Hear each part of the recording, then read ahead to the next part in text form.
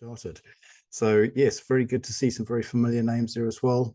Chris, hopefully you're having a good day. I see you sporting the ESPN regalia again, so that's good. I would assume you've got a full wardrobe now of ESPN shirts and jackets. Nah, just repeating on the wardrobe. Yeah. No, that's perfectly okay. So just wanted to check. We've got Zarina who's connecting to audio. Hopefully you can hear me. However, those three little bouncing dots normally mean that you probably can't hear me. So we might just give you a few seconds and then we can jump into a few things. Right.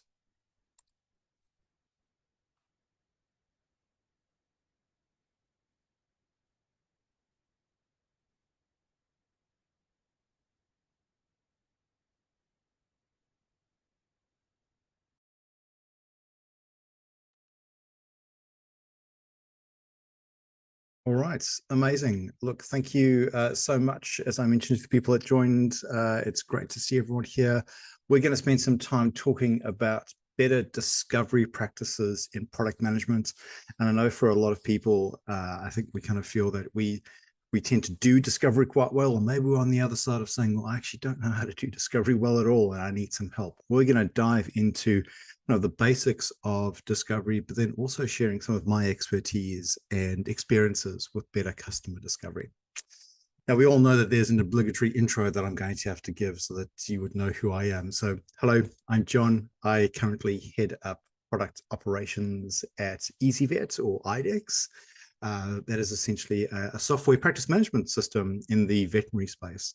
I'm also a lead facilitator at Colab, and I see some familiar faces here who have joined some previous webinars and previous cohorts as well for our product fundamentals course. So it's great to have you back.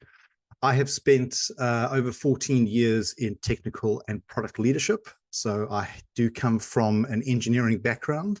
I kind of class that I know enough to be dangerous, but I'm probably a better product manager than I am a developer. And I think that is something that I will take to my grave.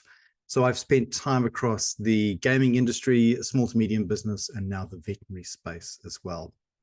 And I think the last point there is probably the one that I take most pride in, is that I absolutely love deeply investing in growing product people and also sharing my experiences and some of the things that I have probably gotten wrong as well.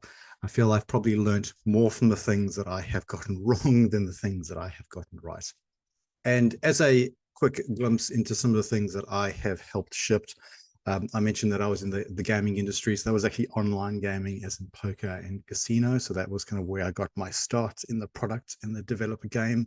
I then moved on to work for Ubisoft's mobile studio in Canada. So we shipped a GTA clone, for lack of a better word. We also did some pretty innovative things with online mobile gaming as well, and it was kind of in its infancy. I've also had a hand in shipping some AWS products as well. So while I was at Xero, I was able to partner with AWS and ship some of their platform products. And I spent almost 8 years at Xero in the product management field, particularly in technical product management, looking at how we build up our infrastructure, but as well as how we deliver that to small to medium businesses as well. And now, as I mentioned, I'm in the veterinary software game. And that has been really interesting to kind of go from small to medium business all the way over to veterinary. And it's a completely different customer base. There may be small to medium businesses and even enterprise customers, but they've just got a different way of doing business. So it has been incredibly exciting and challenging to learn a new customer base and how I can conduct better customer discovery, particularly there. Now, before we get into a meat of things for today, I just wanted to mention for those who haven't been involved in Colab things before, essentially Colab is a place where we love to champion people. We love to do cohort-based learning. So we have a number of cohorts across the year, from fundamentals and product management all the way through to advanced product management, as well as things like better user experiences as well. So we run cohorts on a yearly basis. We are there to help foster, grow, and empower people in the product game, not just in product management, but also in UX and design as well. We love to create kind of these mini micro communities of product people. So the people that have come through some of our cohorts who are on this webinar would know that over those, how many weeks we have in a cohort, we love to foster that communication between people, build up those networks, have breakout sessions, and generally, I would hope, have some fun as well, that we go through some really interesting conversations of some past learnings as well. Now, the obligatory stuff out the way, I really wanted to start with really kind of getting back to the basics of really what product management is, because I think for some people who have gone through product management for many, many years or just getting started, sometimes it can be a little confusing. We can sometimes lose our way, particularly when we've been in an organization for a few years. That culture and the way of doing work can sometimes erode some of those practices that we have in product management. And product management is really the art or the craft of being able to plan, forecast, and actually deliver value to customers. I think this is a key difference when we compare product managers to project managers. And with product managers, we are there to discover the work to be done. Coming from as an ex-project manager many, many years ago, that was really, it's a very valuable role to fill in a company. However, it's more about getting things across the line. You have certain objectives, certain deadlines, and there's a push to deliver. Whereas product management goes a little deeper into actually discovering that problem that needs to be solved. What is the root of the customer problem, and how can we deliver an amazing solution that is going to better our customers' lives? And as a product manager, we exist in kind of this weird gray Venn diagram space between technology, user experience, people, as well as business. We have to be able to communicate between those different segments in our business.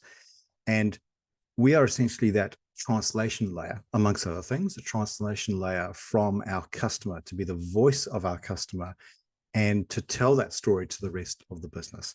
As we do our customer discovery, as we do our customer interviews to really understand what that problem is, we have to translate, communicate that across to the rest of the business and to really present that why we are doing something. And sometimes we have to change the way that we communicate back to our stakeholders in the business space, or our stakeholders in the technology space, or the people that we work with on a daily basis. And I think as we get into customer discovery, it's very important for us to understand that there are two main spaces that we are going to play in when it comes to customer discovery and discovering the work to be done. And that is the problem space versus the solution space. Now, the problem space is a chance for us and our team to better understand that customer need. What is an unmet need or a frustration or something that they are dealing with that they just can't solve themselves? And then there's the solution space where we take those problems, those understandings, and we actually translate them into a solution and a benefit for that customer. Now, why I wanted to go through this is that I think it's very key for us to know that we shouldn't hop to the solution space as quickly as possible. That can sometimes be a massive, not sometimes, actually most of the time, can be an anti-pattern where we think we kind of understand that problem and we maybe spend a few hours on it and we think, oh, we have a solution. We just jump into actually building things and we start to build the wrong thing without actually validating what that problem is. So it's really valuable for us to spend enough time in that problem space to actually understand what the customer is, telling us, but also what's underneath that problem that they are expressing. And I'll go into a little detail a little bit later as we go through some of that process of actually going through the steps to actually figure out what is the deeper problem, what's the root cause of some of these frustrations or things that our customers just can't do themselves.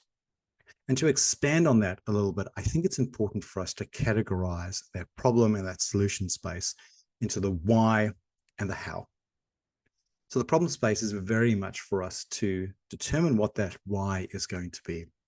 And that's a key skill for product managers, is to be able to present the why back to the business, back to our technology teams to say, this is why we need to be doing this. This is why we think this is really, really important.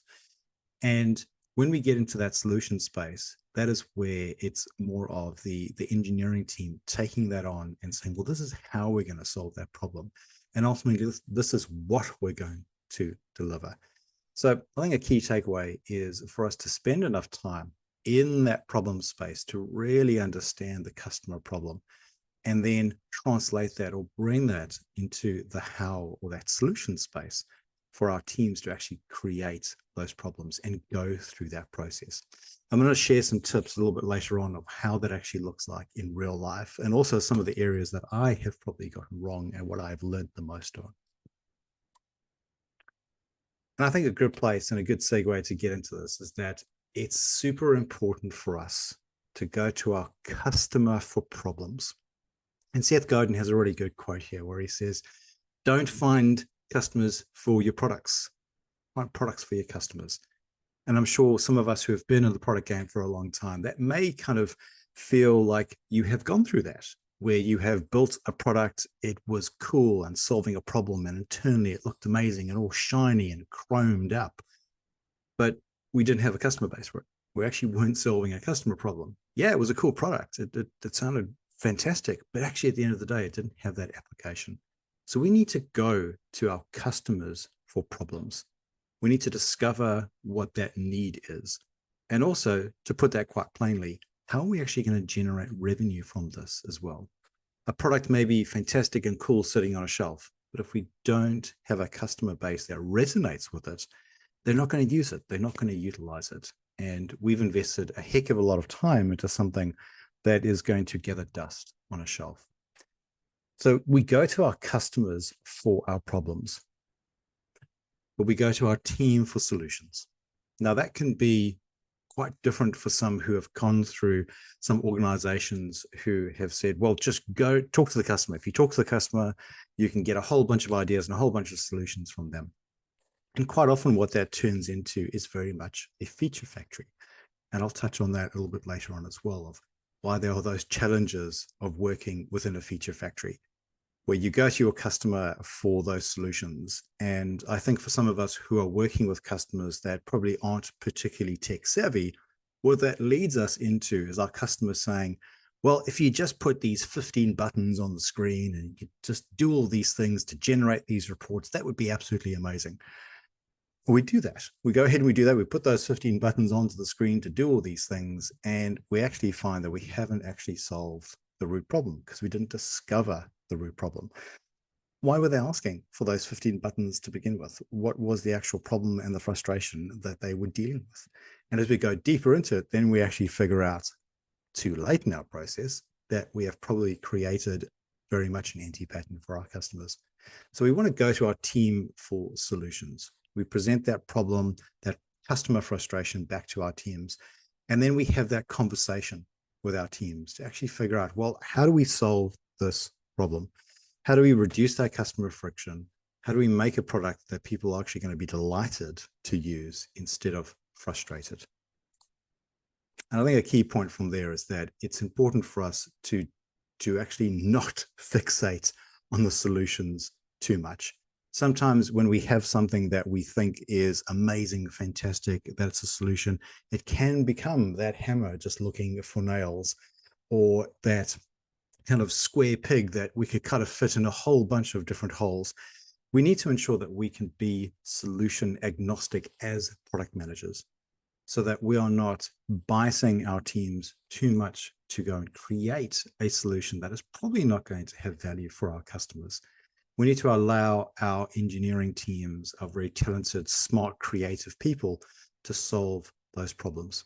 And as product managers, we really need to ensure that we're focusing on the problem that needs to be solved. And what that looks like is actually validating that problem with the solution that our teams are creating as well.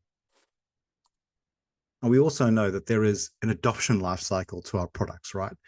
Like, as any single product that goes to the market, we are going to have different types of customers, different segments that we can target to and get different pieces of customer discovery. We are going to have our innovators who are very, tech savvy people. If we're talking about technology products, very tech savvy. They know what they like. They're kind of keen to take a bit of an experiment and a bit of a risk on trying something new.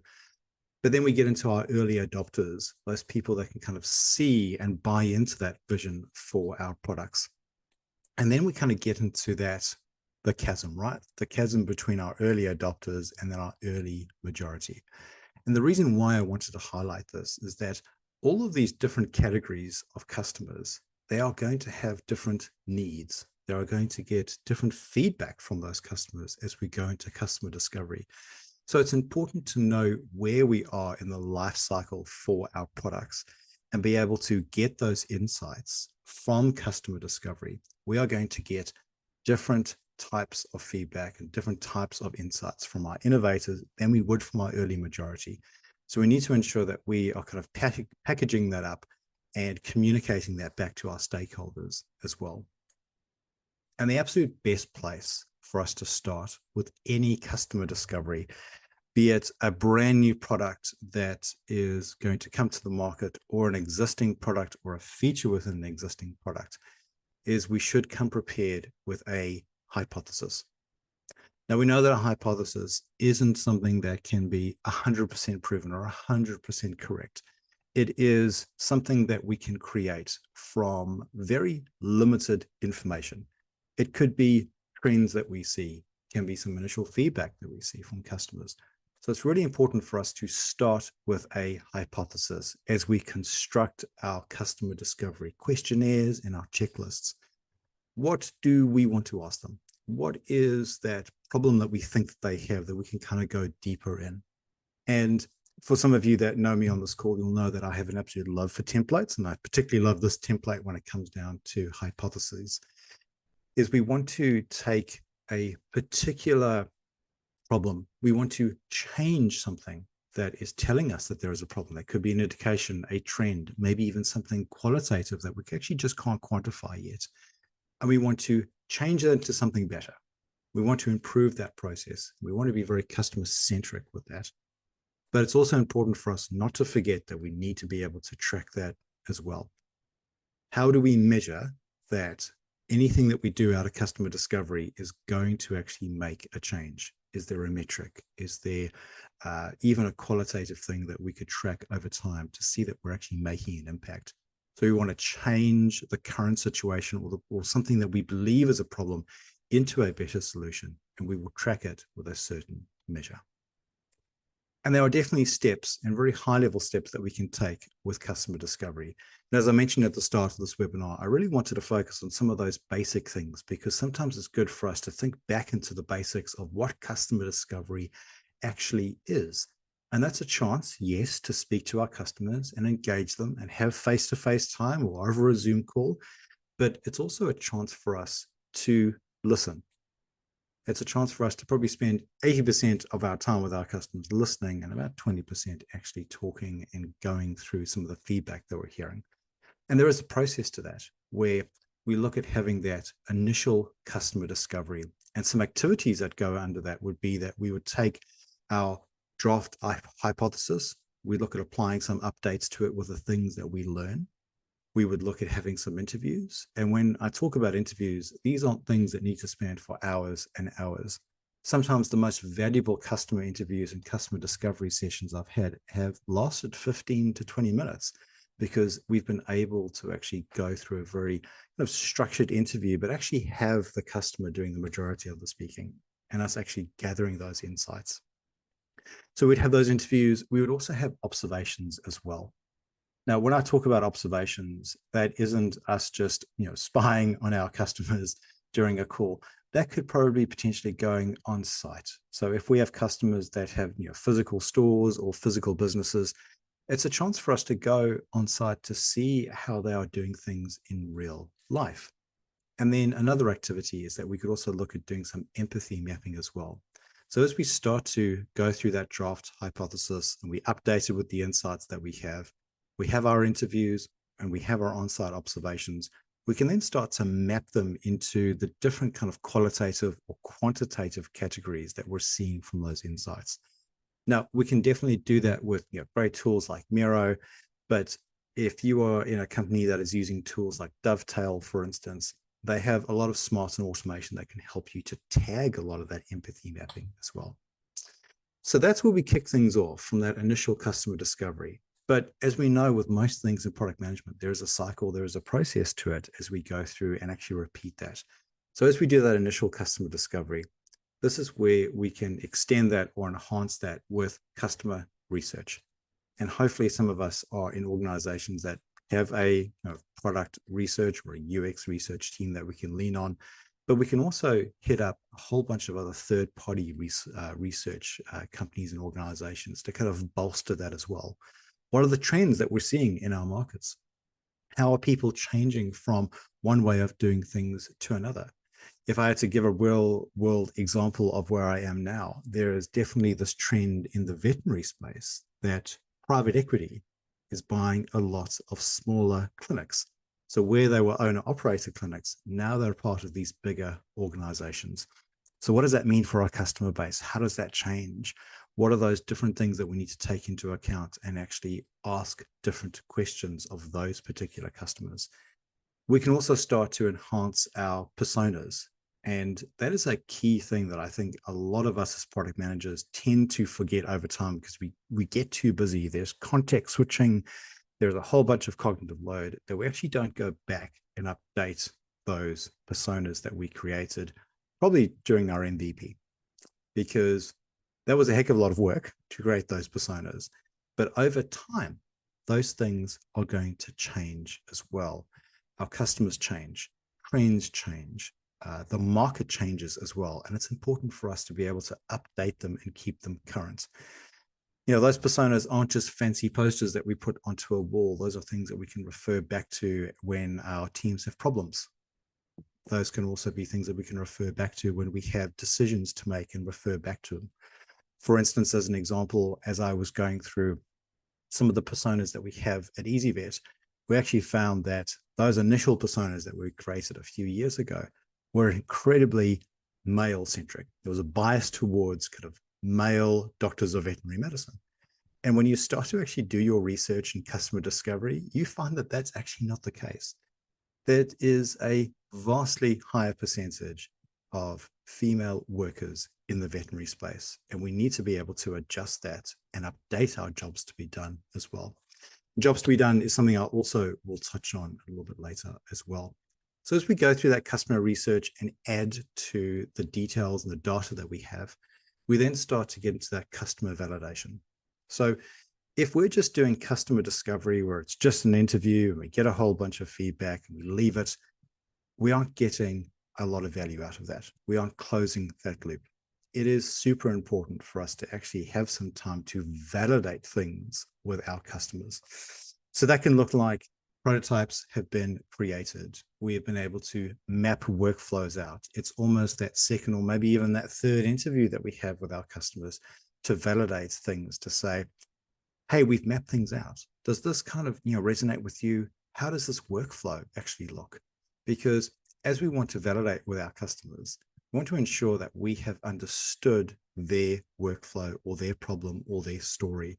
Now, that can look like going through a journey mapping session with our teams to create that journey. We still need to validate that with our customers, because there could be some things that we have missed along the way. That could also be wireframes and prototypes and testing that we can do with our customers. We can do customer surveys as well, but I think one of the things that we probably all know is that sometimes those surveys can have a very low open rate.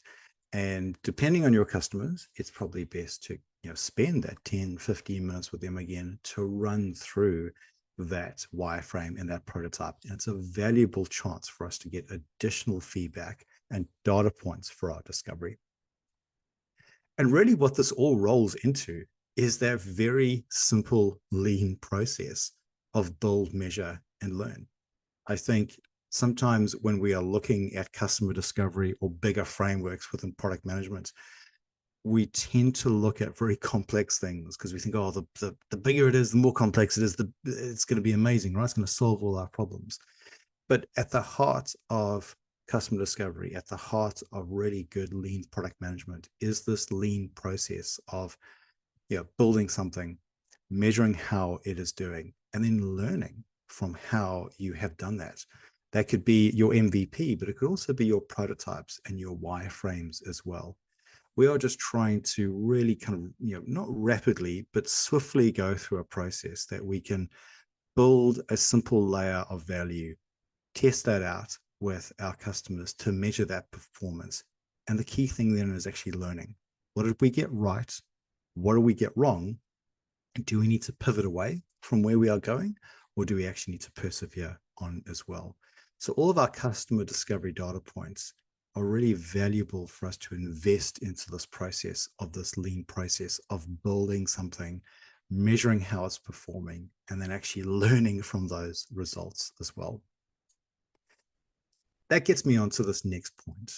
And I think that as product managers, when we think about discovery, and we read a lot of books and we read a lot of like blog articles, a lot of it is very much centered on the product manager or the product owner doing the discovery themselves, talking with customers, getting in front of customers. That's incredibly valuable. However, I think what is even more valuable is that if we can actually enhance the product trio within our organizations. And that product trio, if you have spent any time reading Teresa Torres's books or videos, that is a collaborative working relationship with your product manager, your lead engineer, and your product designer. That product trio is incredibly valuable to be able to collaborate with. And the most value that I have found out of that product trio is taking that product trio into customer discovery and customer interviews so that we can bring those people closer to the problem. Because we know that whole system of that broken telephone, that if we have a customer interview and we take some notes, we can hurriedly take some notes, we may forget a few things, then we translate that over to our designers to say, well, I've got some feedback, could you just build this thing? And then they build this thing, and then they hand that off to the lead engineer or the engineering team. And through the way, valuable information gets dropped.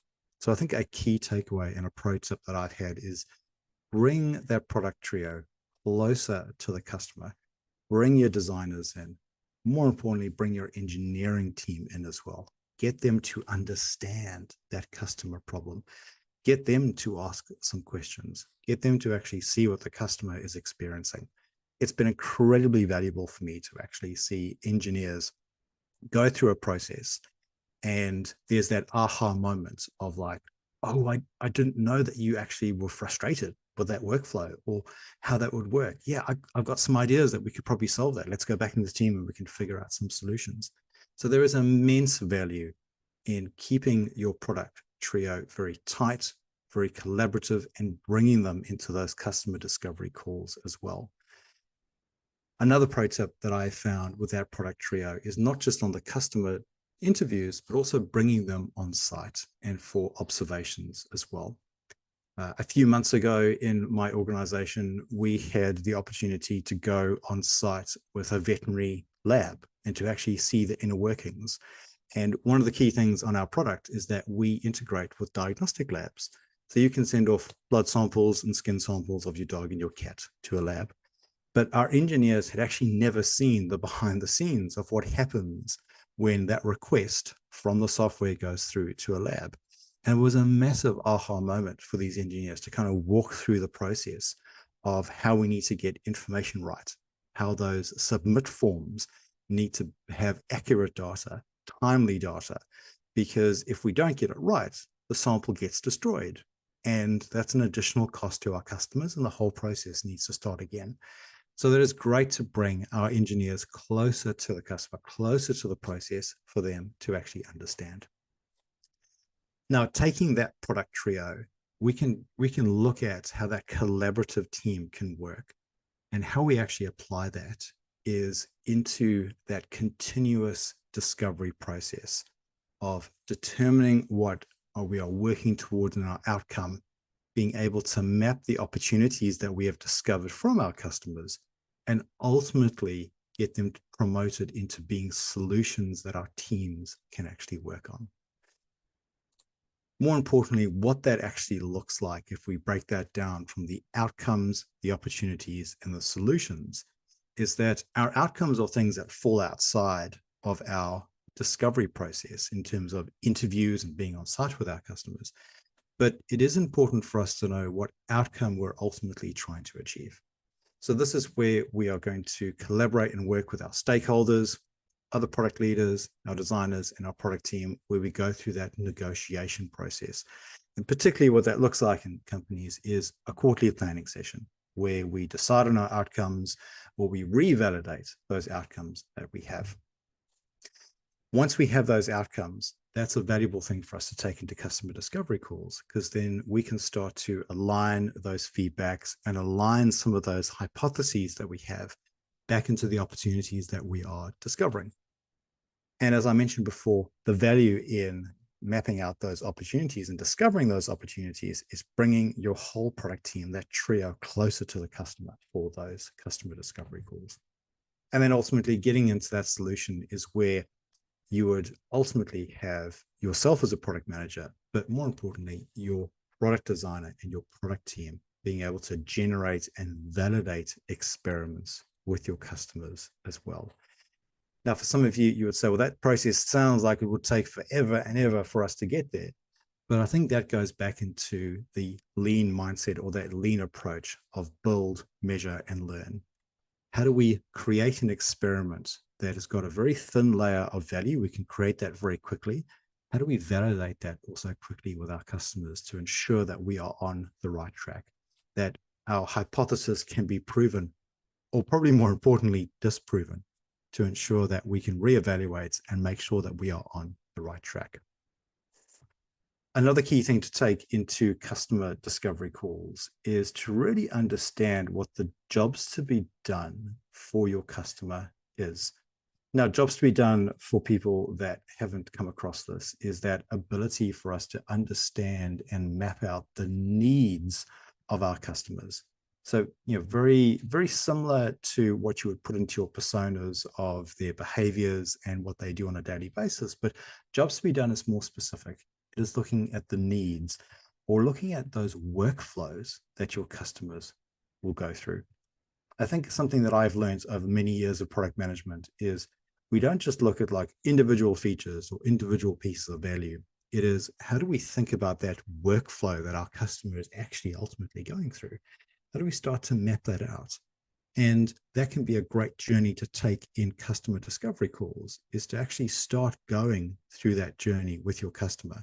So if you have a current product and you're looking for improvements, you can actually start to take them through that workflow or how they interact with your software and pick out those key data points that you can do some gap analysis on.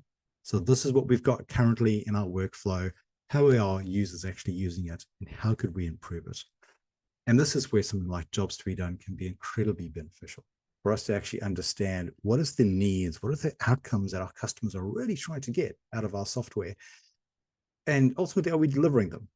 And if we're not delivering them, then it's a chance for us to improve things and actually look at ways to make that entire workflow better.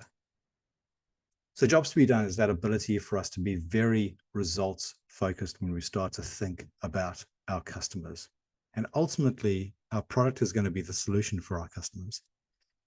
Another key thing to go into customer interviews is for us not to actually pitch ideas. That could be quite a slippery slope and an anti-pattern, because if we just say, hey, if we did this, could it solve your problem? We've kind of lost the value of what that customer discovery call is. It's a chance for us to really understand that problem. It's not a chance for us to actually pitch ideas back to our customers. That can come later. That can come when we actually need to validate some of those solutions and ideas. It is so easy for us to be we can actually bias ourselves as we go into those customer interview calls when we start to pitch them ideas, and it kind of muddies the waters. So with our customer discovery interviews, let's stay on track. Let's make sure that we stay within that problem space to actually understand their frustrations. The solution space can come later. Now, I know I'm probably preaching to the choir here, but it's very good for us to understand that what we're actually trying to figure out in customer discovery calls is the root cause of their problem. Very often, what our customers come back with to begin with isn't really the root cause. It is often a surface problem or just there's a direct cause, there's a frustration, there's an issue that they are having. And we need to go deeper. And that simple practice of asking why 5 times to go deeper and deeper and deeper gets us to actually understand what that root cause of the problem is. Let us not very hurriedly kind of guess what that problem is. Let's really understand the root cause of that problem so we can get to the bottom of it. If we start to solve a bunch of surface problems, we could actually make things worse. We could actually add things to our customers' workflow instead of actually improving it. So let's spend some time to actually understand what the root cause of that problem is. And sometimes it doesn't even have to take 5 whys. It could even be less than that. So this is a real world example of a customer interview that I had a few months ago to actually understand how we could do invoicing a lot better in EasyVet. So one thing that we know as people in the veterinary space is they are very concerned about missing charges. They do a heck of a lot of work, and sometimes it's very easy for them to lose charges during an appointment. So I was speaking to a practice manager at a clinic, and their problem was, our cash flow just isn't what we expected. Like, we thought we would be making more money. We've increased our appointments. We've done a heck of a lot of work to get people in here, but our cash flow just seems to be very stagnant. So I responded with, why isn't it? Why you expect that? And it led into the conversation of saying, well, the invoices that we send out, truthfully, it actually doesn't have everything in there in the appointment. And, as odd as that seems, you then ask that follow-up question of, well, why would that be the case? Wouldn't you just add everything into that invoice so you can bill? And the response was that we just don't have enough time to bill customers correctly. And you think, okay, I kind of get that, but let's go a little bit deeper. What's preventing your team from actually doing that? And then the real nugget came out is that we know that people are time poor. Most of our customers are going to be time poor, but more specifically in a vet clinic, they didn't have the ability to create very simple estimates for work. And when that pet owner was coming to the front desk to actually go through what that final invoice was, you had someone at the front of the desk hurriedly trying to put an invoice together, didn't have an estimate to work from, and there was a whole bunch of people waiting to get serviced as well. So the chances to actually miss out on a lot of the things that the vet has actually used, so consumables, products, or whatever, left out. So they were leaving money on the table. And that was the real nugget, that yes, we know that our customers are time poor, but we don't have an estimate system. We don't have a way to promote estimates to invoices and to really add that smarts to their entire process. That has now ultimately gone into work that we're doing to improve our invoicing, to ensure that we are reducing that cognitive load for people, not just at the front desk at the clinic, but actually all the way through the process. So that charge capture is something that is automatically done all the way through.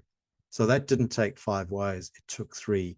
But I think you can see from this example that the value is in that conversation to be had, to go deeper, to really figure out what that key frustration is for customers. Now, on the subject of frustrations, and I did mention the F word a little bit earlier on, and that was feature factories. And I am going to go out on a limb here and say that I'm sure that some of you are either in a feature factory at the moment or have worked in a feature factory before. That can be a very, very tough thing for product managers. So for those of you who haven't been exposed to feature factories, it is very much that consultancy model where you have your customers who just are asking for features. Put those buttons in there, those 15 buttons. If you put those 15 buttons in, it'll be great. I'll pay you more money. That then gets translated into the business saying, well, just get it done. Okay, we just want to get paid. That then goes into your product managers saying, well, I've got so many things to focus on. We're just getting bombarded with a whole bunch of features. I have no time to actually figure out what the core problem is. I guess we'll just do it. Which then ultimately gets to our product team being a lack of trust. They don't have the time to actually figure out what the real problem is. And they are just going through a checklist of features out the door. Now, I think what you can see from that process is that it lacks a lot of things that I've mentioned in the last few slides, which is about understanding that root problem, really and getting time with the customer to know what their frustrations are.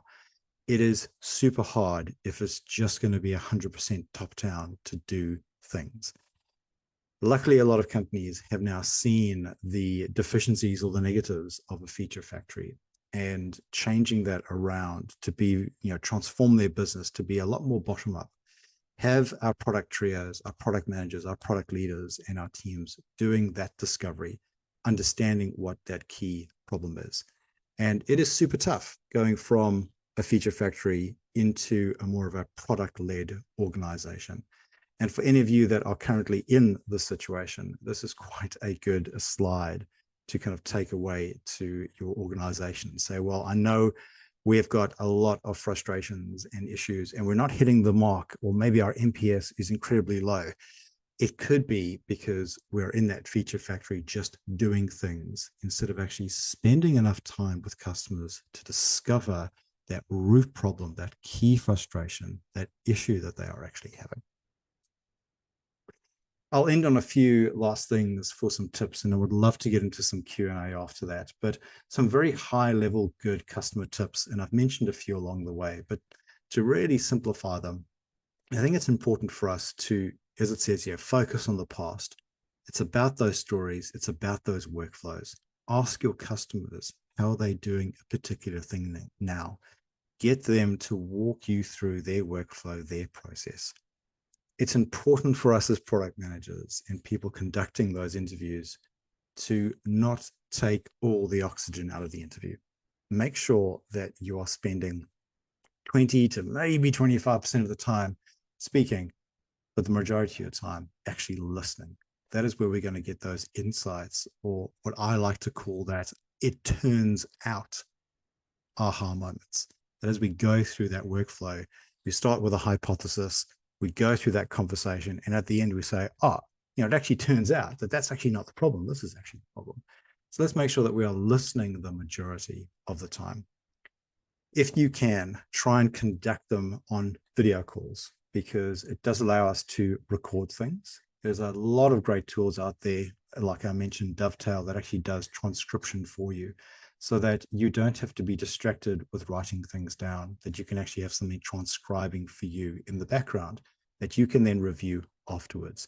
It's important for us to really focus on what the customer is talking about. Now, I think we're all probably in the same boat there, that our customers are always going to be time poor. They're going to lack time. So let's make sure that we keep to time. Try to finish quickly and utilize the time that we have booked with our customers. Nothing more frustrating than booking some time with a customer and being on that other end as a customer saying, "We booked half an hour, you've now gone over 40 minutes. I actually just don't have the time for this." Make sure that you stick to time. Commit to follow-up actions as well. Make sure that as we go through that customer discovery process of that initial customer discovery interview, doing some industry research, and then finally, when we actually go and validate that with our customers, ensure that you commit to that. Commit to following through, that you can actually ask for that validation and close that loop with your customers. And then finally, the last two things that I'll end on here is there are some great resources that you can go deeper. Justin Wilcox is an amazing product leader that has great videos on how to do customer discovery and go in depth. He even has a live demo at a workshop conference where he actually interviewed customers on stage in real time. I highly recommend that. It is a fantastic video to look at. There is also Teresa Torres, who has a fantastic video around an introduction to modern product discovery. So we touched on a little bit on that a few slides back, where we're talking about that process of ensuring that we have that product trio collaborating well and involved in those customer interview sessions as well. Oh, and that gets me onto our Q&A section. And I think we've got about 15 minutes. So I would love to know if you have any questions, if any of that resonated with you, or maybe some challenges that you currently have with your customer discovery practices.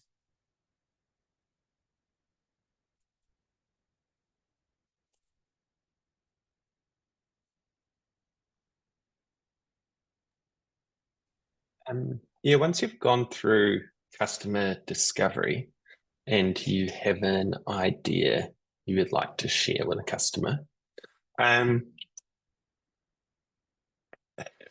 sometimes like I mean, our customers are accountants, and lack a bit of vision, I would say.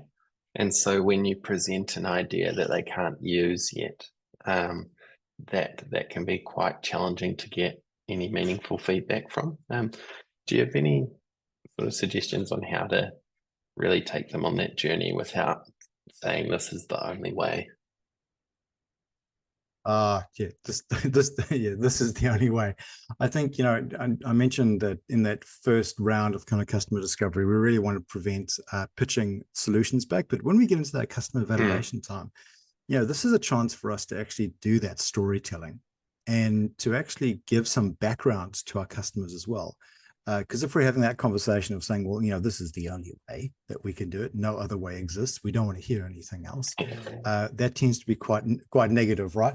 I think it's important for us to say, we've really valued that time that we've sat down with you and done that, discovery and research. Let's just take you through a bit of that process of what we did afterwards. And we've experimented with these things, and it actually turns out, and we found out that there's actually some other inefficiencies.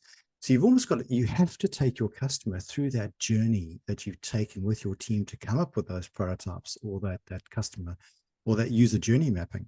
So they actually understand. It's almost like you got to show your work. Like what's the background to this and how did we get to this decision? Because if we just present that to say, hey, thanks for your time, but actually we're just going to go on this and put the phone down, we've lost them, right? It's a chance for us to validate that with our customers. And quite often we could go in quite confidently and say, we've done all these things, we've done this experiment. It turns out that this is probably the best workflow for you. Your customers are going to come back and say, well, actually, did you consider this? You know, oh, okay. So it's an opportunity for us to probably get back into another customer discovery session and say, interesting, let's take that into consideration. And we just go through that loop again. So important for us to take our customers through that journey, show you working. Thank you. Well, thank you, Chris, and thank you for kicking us off. I know we've got about 10 minutes left and would love to have any other questions from you as well. Did see a message there from Nicole that was really interesting and mind-opening. Oh, thank you. I appreciate that. I might just pick on you, Nicole. Was there anything that you wanted to expand on that that was mind-opening?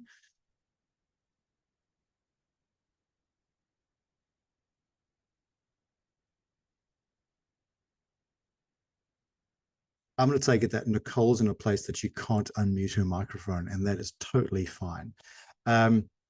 We also had a question there from Eddie. How do you couple the persona and jobs to be done together? A customer persona would usually cover the needs of that personnel already. Also, how does jobs to be done get visualized as an artifact? Amazing question. What I've typically found to work quite well is that if we kind of take that basic customer persona template, it goes into behaviors, it goes into, who they are and their bio.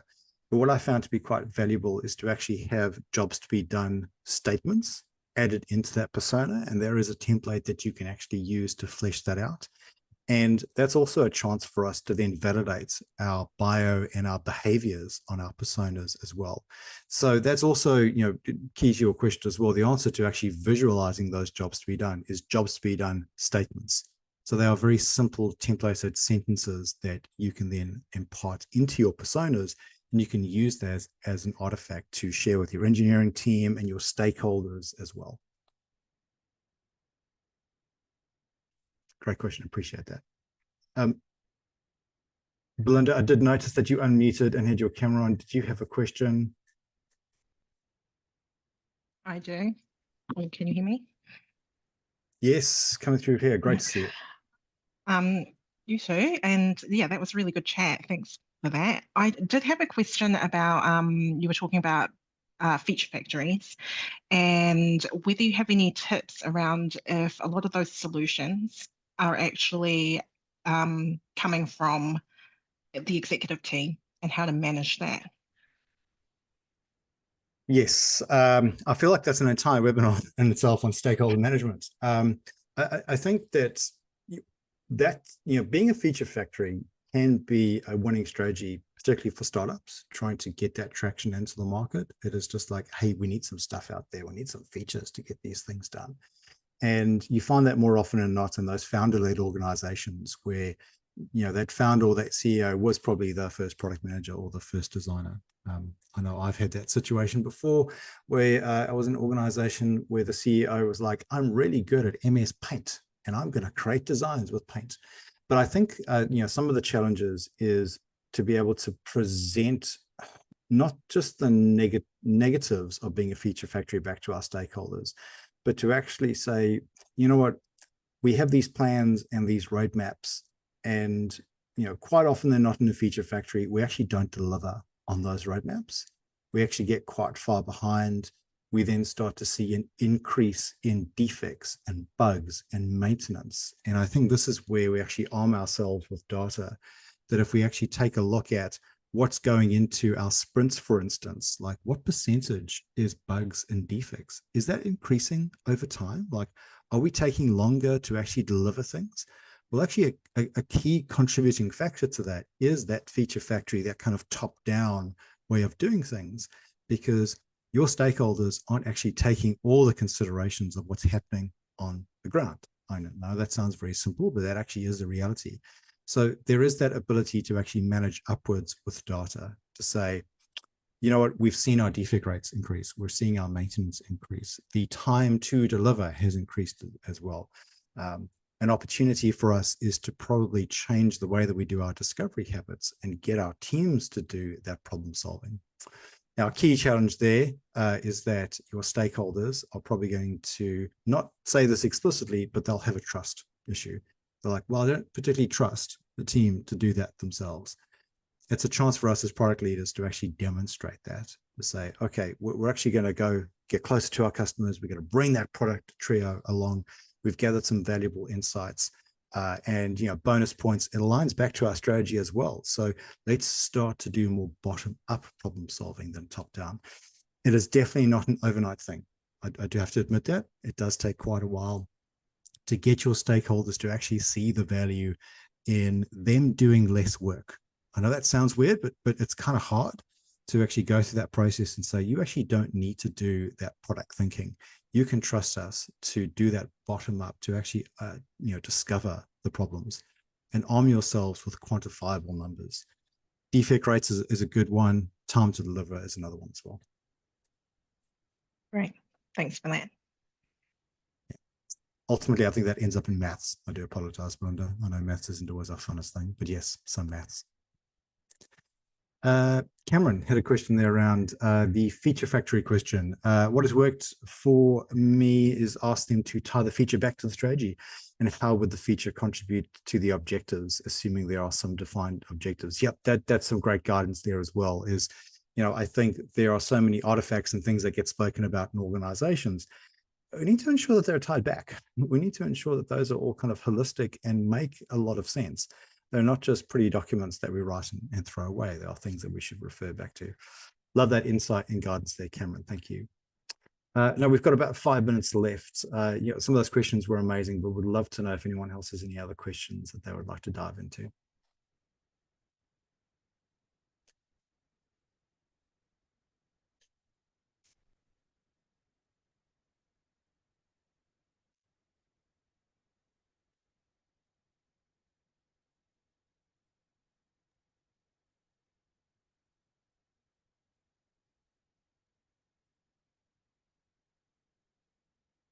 No, we will take that silence as compliance. So what I would love to actually just end off on is, if you have found this webinar to kind of resonate with you and you'd love to go deeper, Colab has a lot of new cohorts kicking off in the new year.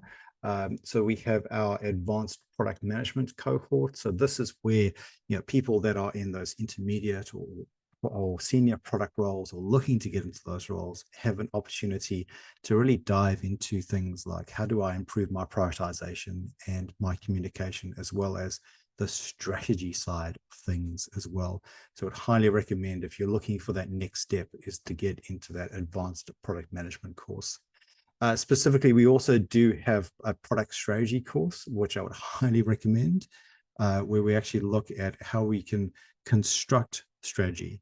For a lot of us starting out in the product management game, we talk a lot about strategy, we talk about the importance of it, but actually actively participating and creating a strategy is a great experience, but it is quite challenging. So our Mastering Product Strategy cohort takes you in depth on how you can actually construct that strategy and ultimately create amazing roadmaps for the future. We also have our product fundamentals course as well. So this is something that I personally lead at Colab. So if you have just started out as a product manager or are looking to get into that product management game, we have a 10-week course where we actually take you through all of the basics, all the foundations to get you started in your product manager career. And if that wasn't enough for you to remember, we have a QR code, so you can actually go and scan that as well. So please follow us on LinkedIn. We always have events coming up. We have AMA sessions, additional webinars, as well as in-person events. So we would love to see you in real life as well, if possible. If you have any questions at all or would love to get in touch, hit us up on LinkedIn. We'd love to hear from you. I appreciate your time. Thank you so much for the great questions. Thank you so much for listening as well. I know sometimes it's not easy to take an hour out of your day, but really appreciate it. And I really hope that you got some valuable insights from the topics I discussed. Thank you again, and have an amazing rest of your day. Thanks, John.